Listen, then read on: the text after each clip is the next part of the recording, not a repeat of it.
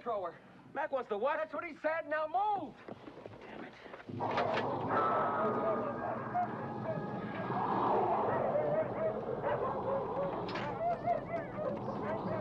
Hey, Mac. Mac, what is it?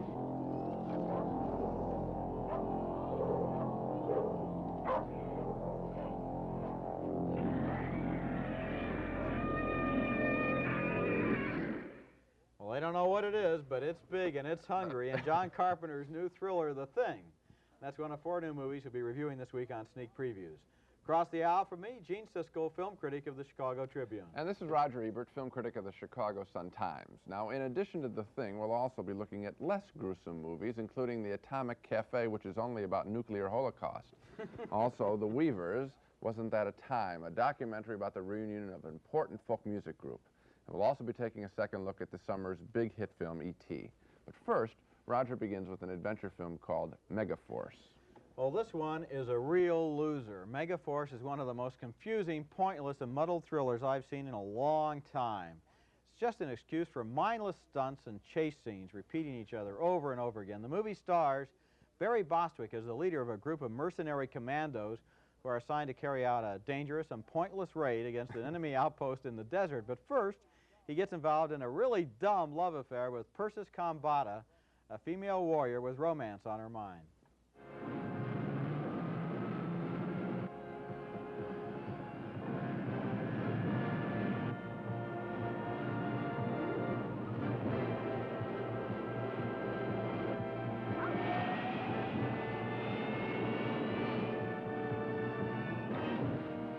That's the boss. Y'all want to meet that man? Love to.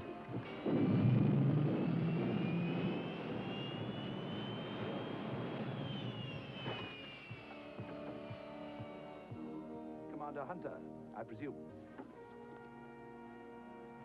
Call me Hunter. Target sighted and closing. Major Ben Buddha, I presume. Call me Sarah. Commander, we have traveled halfway around the world to learn how our forces will interface with yours to help destroy Carrera. I hope your plan reflects greater precision than we have seen so far. Well, there are reasons for everything that we do, Major. Zara, right? And do they include leaving your guests to bake in the middle of the desert, greeted by cowboy, and be attacked by wild creatures? Well, if it's a comfortable tour you're looking for, I have connections at Disneyland. There they are in this life and death mission, and we get dialogue like women used to use in the movies 30 years ago. You're going to leave me to bake in the desert. She's supposed to be a warrior, but that's how she talks. And you may remember her, that's Persis Kambata from the first Star Trek movie. I don't think very many people are going to remember her from this movie. But there is an attempt made to make this tired old plot look contemporary through a computerized display of battle plans. There is a minor trail that we could conceivably move our equipment across. And as we come up the backside, we'll use our electrics and run silent, so therefore they can't hear us. And while they're distracted by the planes, we'll come off the mountain and punch a hole through their armor and meet the aircraft in the middle of the dry lake. The raid itself uses computerized, missile-firing, jet-propelled motorcycles.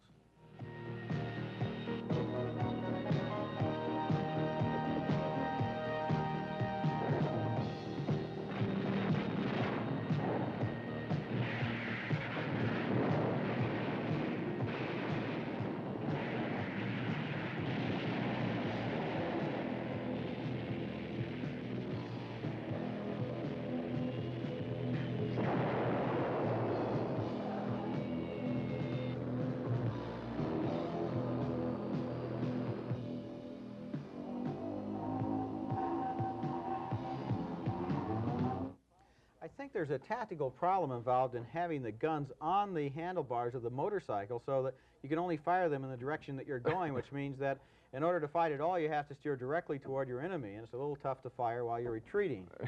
Anyway, Megaforce was directed by Hal Needham, a former Hollywood stuntman who specializes in making movies in which the characters are only an excuse for the chases and the stunts. He made Cannonball Run, a real dumb movie, a vacuum-headed, complete and total waste of time. Now here he is again with lots of explosions, lots of clouds of dust, dozens of motorcycles lined up and roaring across the desert, and the movie got me so involved that I was reduced to total and stunned apathy. Well, I think I can think of another problem, too, and that is the character of Ace Hunter. We saw him there in the band. That's a great, clever name, yeah. right? We saw him with a bandana. This is Barry Bostwick, who's been terrific in the Rocky Horror Picture Show, also in Movie. He's a terrific song and dance man. But Ace Hunter, no. And the costume designer who puts him in a gold lame jumpsuit is, I think, a little bit off. This guy should be hunting for bargains in a supermarket or something. He is not Ace Hunter, the warrior. The movie wants to be a little silly and action-filled, and the director doesn't have a fix on it. They should have gone one way or another, either parody all kinds of things or go real full action. These Hal Needham movies always seem to have the same. It's as if Needham just has to get through the first hour somehow so that in the second hour he can have his obligatory shot where he lines up all the vehicles that he can possibly rent, buy, or hire and runs them across the desert in a big line, and they all do some spectacular stunt, and it's... I've seen it. I've seen it, and I've seen it, and I've seen it. This movie was just absolutely repetitious as far as I was concerned. Okay, let's step up a little bit in class. Our next film, The Atomic Cafe, is a documentary clip job, a compilation of mostly 50s visual material about the dawning of the nuclear age in America. The film begins with an interview with the pilot who flew the American warplane, the Enola Gay, that dropped the first atomic bomb on Hiroshima. And from then on, the film takes us through TV broadcasts, Army training films, popular songs, man-on-the-street interviews, and the politician's remarks, all on the role of the bomb in American history. For example, here's part of a televised 50s speech delivered by President Eisenhower. The sunshine of your smile, we see a future in your eyes. You led our men to victory. You are the one we idolize. I'm gonna give my vote to you. I don't mean to say, and no one can say to you, that there are no dangers. Of course there are risks if we are not vigilant. But we do not have to be hysterical. We can be vigilant, we can be Americans. We can stand up and hold up our heads and say, America is the greatest force that God has ever allowed to exist on his footstool. As such, it is up to us to lead this world to a peaceful and secure existence. And I assure you, we can do it. Ike, very comforting, the father figure, clearly.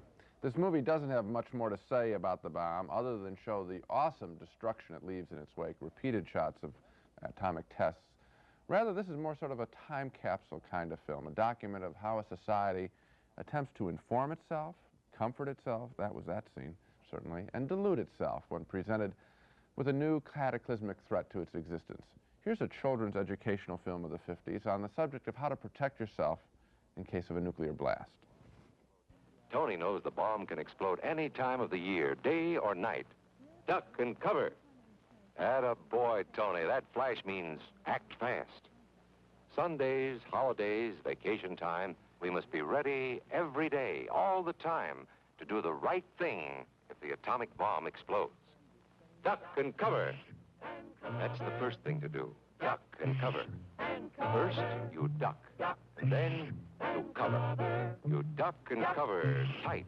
Duck and cover under the table. It's a bomb. Duck and cover. Duck and cover. Duck and cover. Duck and cover. Duck and cover. Duck and cover. Duck and cover yourself. Duck and cover. Duck and cover. Duck and cover. He did what we all must learn to do. You and you and you and you, you and you and you and you, you and you and you and you, you and you and you and you. Duck and cover.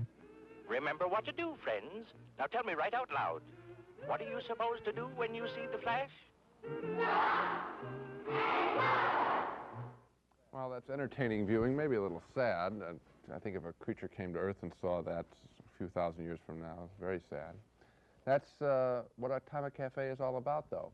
Funny, weren't we foolish material.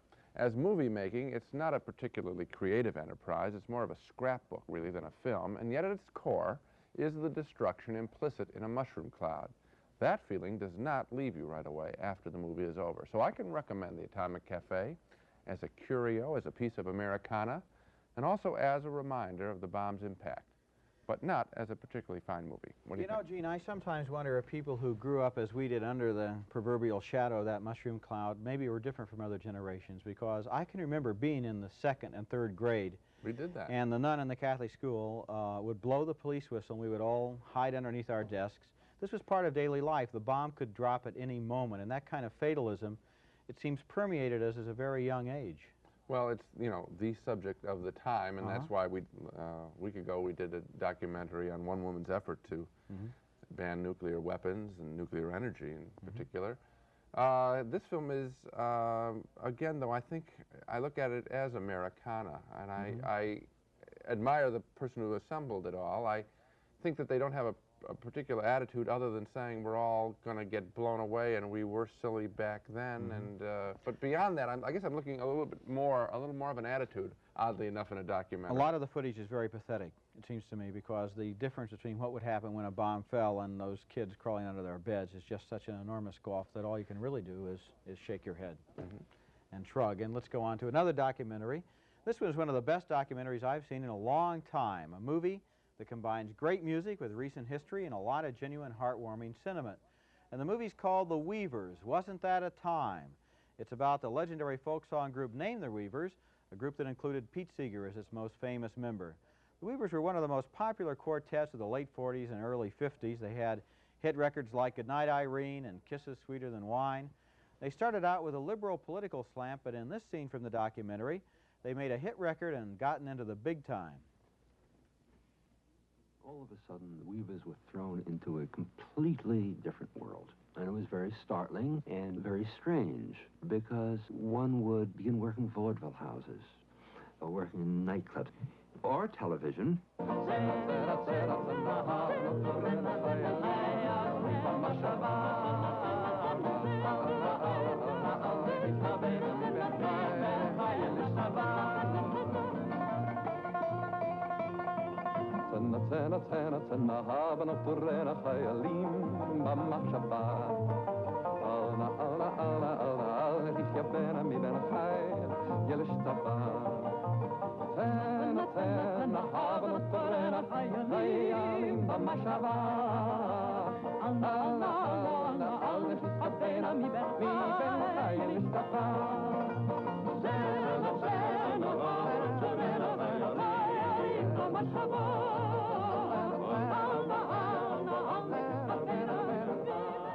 Would you look at that?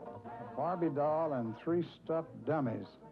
I swear on Pete's chin whiskers, if we'd known how witless we looked, we would have given up music on the spot and turned to something socially useful like chicken plucking.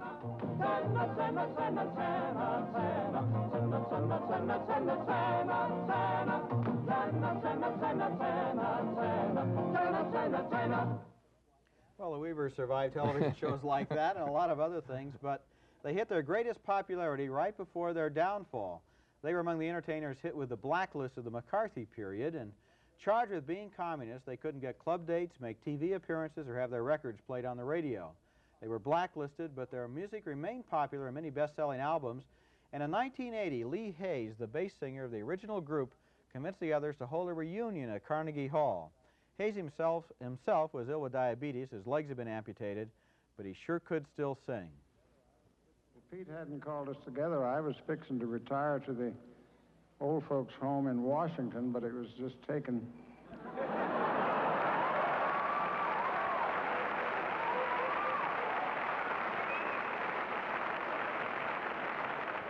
We have a thought for the year.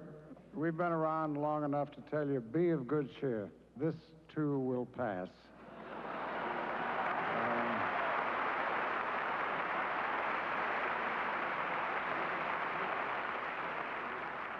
I've had kidney stones, and I know.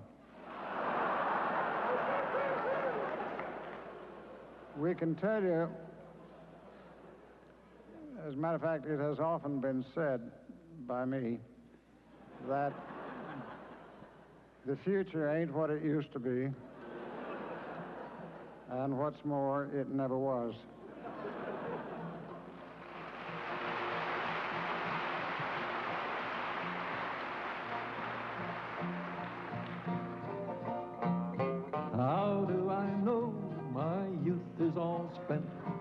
get up and go has gone up and went, but in spite of it all, I'm able to grin and think of the places my get up has been. Old age is golden, so I've heard it said, but sometimes I wonder as I crawl into bed with my teeth in the cup and my wig in a drawer, and I hope my glass eye doesn't roll on the floor. As sleep dims my vision, I say to myself, is there anything more I should put on the shelf? First Carter, now Reagan, I surely am vexed, but I'll still stick around to see what happens next. How do I know my youth is all spent?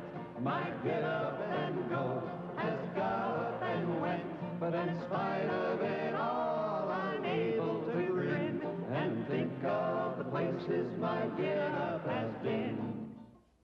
That's kind of a humorous moment. Later in the concert, a few tears might fall when you see it, because what you're struck with is these people have been together for 25 or 30 years. They represent a period not only of our history, but of their own lives that's different than it'll ever be again, and it's really very moving. Wasn't That a Time is a remarkable documentary. I guess there's several reasons. First, because of the music. There must be all or parts of 20 different Weaver songs on the soundtrack. Second, because of the history, as popular music and McCarthyism meet head-on in this film. Third, and probably most important, because of the people. In a way that's rare in music and concert documentaries, you really get to know these four people. We meet Lee Hayes first on his farm in upstate New York. He calls the others together for a picnic and a rehearsal for this reunion. We see Fred Hellerman, Ronnie Gilbert, Pete Seeger. By the time the movie's over, we feel like we attended this reunion ourselves. Well, I think this is the special nature of the film which really lifts it, and that is the people here. As I watched even just that last sequence, I was sitting here thinking, what models for living a life? They didn't forsake their art. They remained true to it. They got together, and if they couldn't do what they did before, they did something very special, which show how a life can be led. I think they each must be very proud of themselves. Everyone who's worked with them can see it, and I think that's what this film is. In addition to it, again, a curio, separating it from the last film, and also certainly a piece of Americana and history through the McCarthy stuff. These are lives that are exemplary in their, as artists. It's remarkable. I can't add to that. I'll just talk a little bit about the music. The soundtrack of this movie is so much fun to listen to.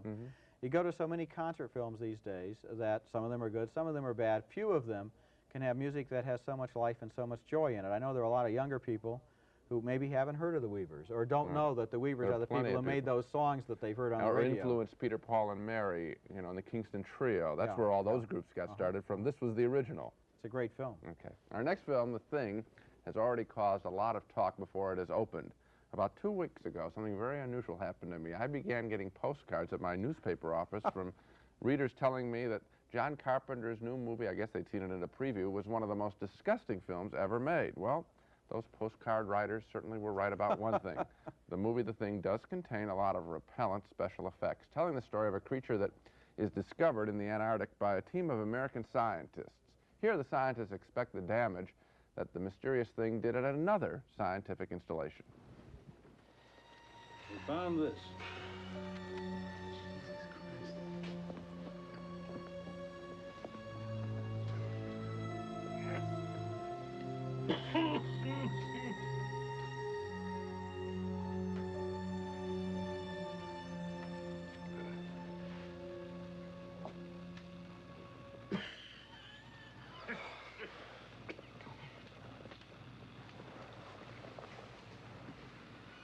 Blair, I'd like you to start an autopsy right away.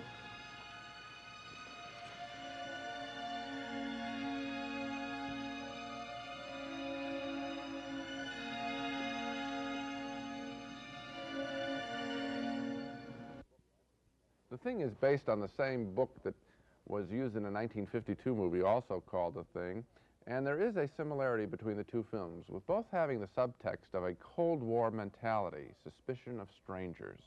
This part of The Thing is not disgusting at all, I think. Actually, it's quite intriguing, especially in this scene where the scientists begin to doubt each other, wondering who among them has been infected by The Thing, which turns you into a monster that looks exactly like yourself.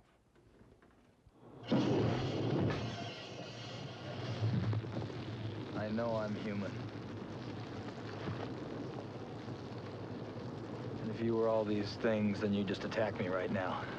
So some of you are still human. This thing doesn't want to show itself. It wants to hide inside an imitation. It'll fight if it has to, but it's vulnerable out in the open.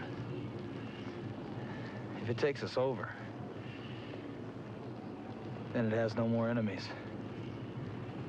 Nobody left to kill it. And then it's won. There's a storm hitting us in 6 hours. We're gonna find out who's who. All right, Doc, Gary, and Clark, move over there away from the others.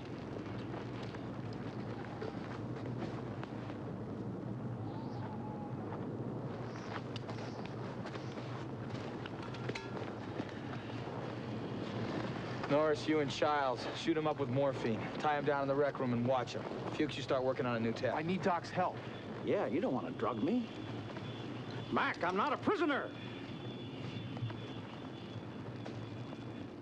Later, there's a terrific blood test where they try and check out who is human, who is not. I wish this movie were less ugly than it is, because in terms of storytelling and suspense, and that subtext of suspicion of one's fellow man, this is actually a very well-made movie. But at regular intervals, no doubt about it, it does gross one out. So, a mixed review for The Thing from me. I'm going to recommend it, but serve notice that a lot of people who see it will be made sick by it. I think that's probably an understatement. I would call this the barf bag movie of July. I have some problems with it. One of them is, I think, the characters. They're not made into three-dimensional people. Their function is to walk down the corridor and be jumped on.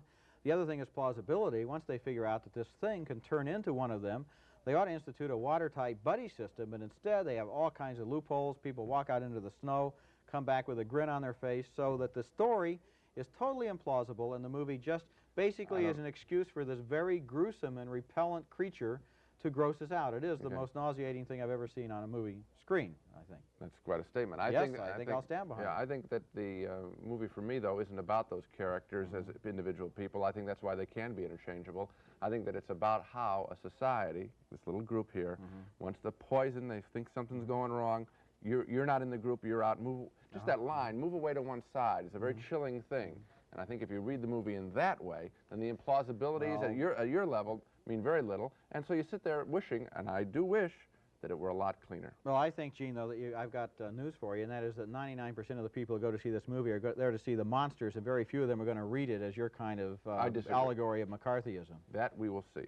Let's enough go on The Thing, and we'll move on to the point now in the show where we normally identify the dogs of the week, the week's worst movies. But something different this week in honor of what is proving to be a record summer at the box office. Roger and I thought it might be interesting to take a second look at the most successful movie of the summer season, Steven Spielberg's E.T. Let's take a look at that. Okay, well, E.T. may or may not surpass the all-time box office record set back in 1977 by Star Wars, but it does seem to be appealing to a wider range of age groups, not only kids, teenagers, and college students, but also adults and grandparents and even hardened newspaper men who walk in with a cynical attitude and walk out blowing their noses and dabbing at their eyes. And what makes E.T. such a universal popular movie?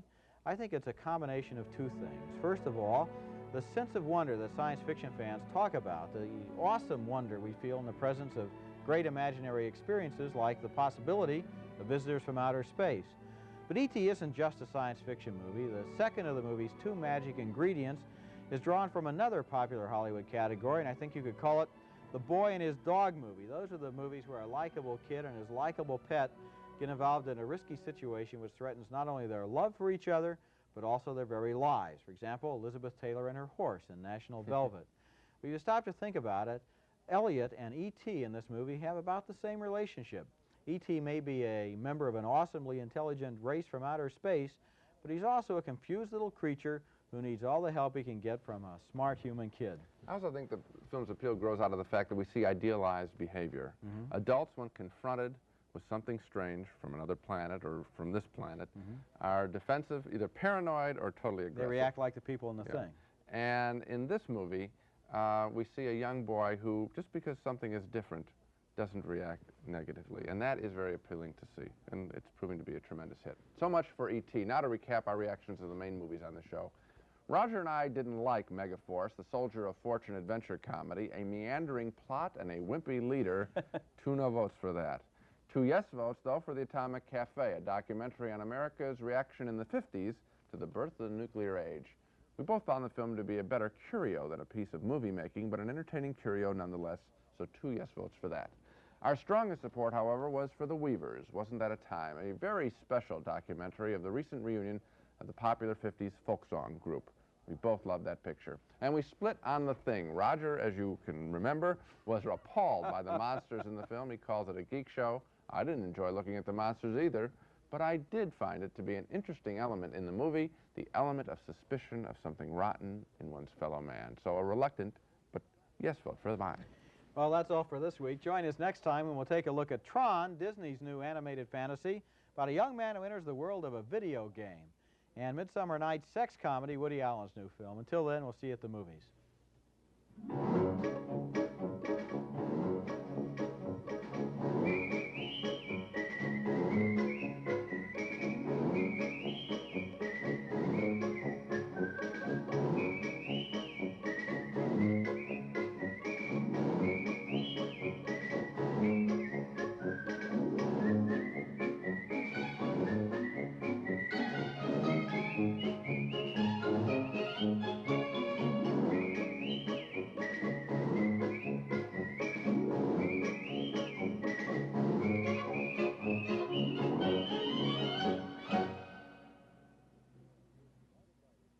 Funding for sneak previews was provided by this station and by other public television stations.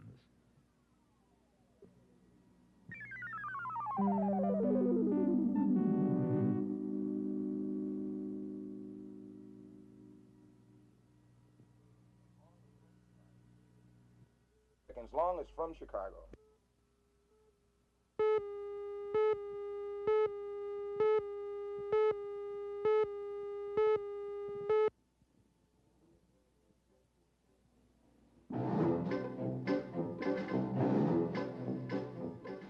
I'm Gene Siskel, co-host of Sneak Previews, your weekly guide to the new movies in town. I'm Roger Ebert. Next time, we'll take a look at Tron, Disney's new animated fantasy about a young man who enters the world of a video game. Also, A Midsummer Night's sex comedy, Woody Allen's new film. Join us for reviews of these movies and more next time on Sneak Previews.